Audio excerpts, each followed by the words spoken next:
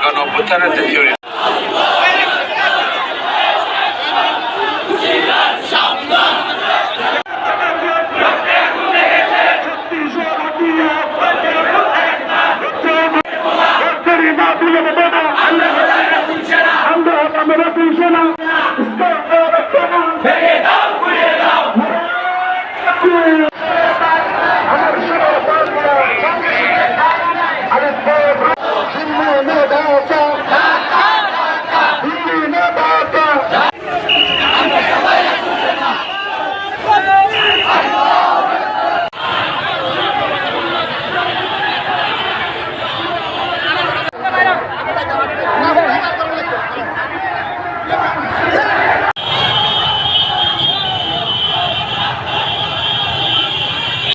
দেশের মহত্বতে খানা একটু প্রয়োজনে দেরি হবে, কি বলেন?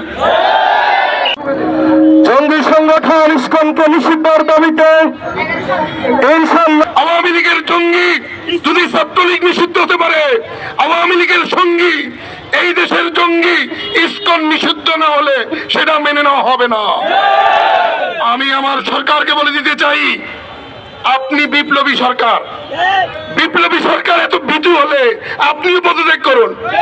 যদি বিপ্লবী সরকার বিজু হন, আমরা আরেক বিপ্লবীকে সরকার প্রধান বানাবো, এই বিজু লোককে রাখতে চাইবো না ইনশাল্লাহ।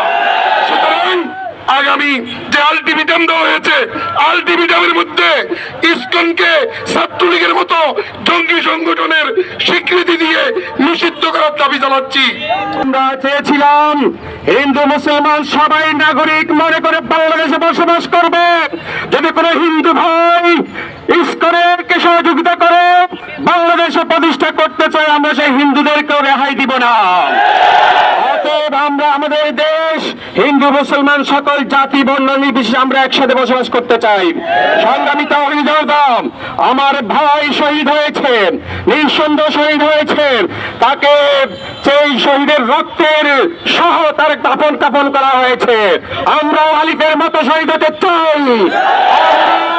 যদি কোনো হিন্দু, যদি কোনো মুসলিম ইসলামের উপরে, মুসলমানের উপরে, ইসলামের ঈমান আকীদার উপরে আঘাত করেন, আমরা কাউকে রেহাই দিব না।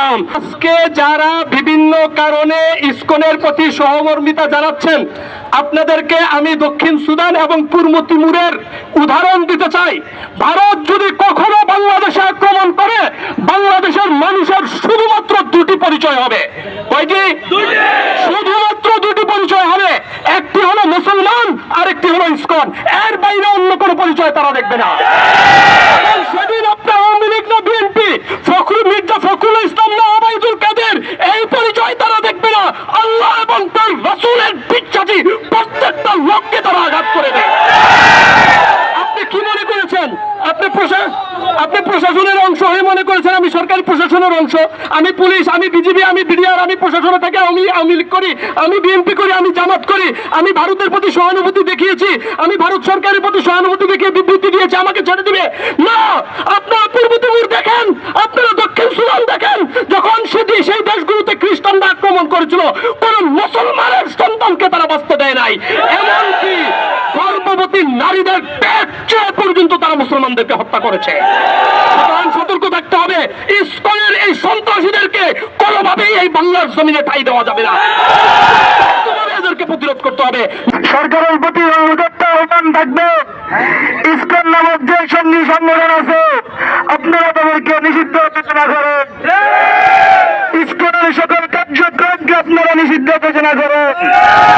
যদি ইসকনকে আপনারা নিষিদ্ধ করতে ব্যর্থ হন, ইসকনের বিরুদ্ধে যদি সরকার কোন পদক্ষেপ নিতে ব্যর্থ হন, হেফাজতে ইসলাম বাংলাদেশের নেতৃত্বে বাংলাদেশের তৌহিদি জনতা ইসকনকে অবঞ্চিত করার জন্য যে কোনো পদক্ষেপ নিতে বাধ্য হবে।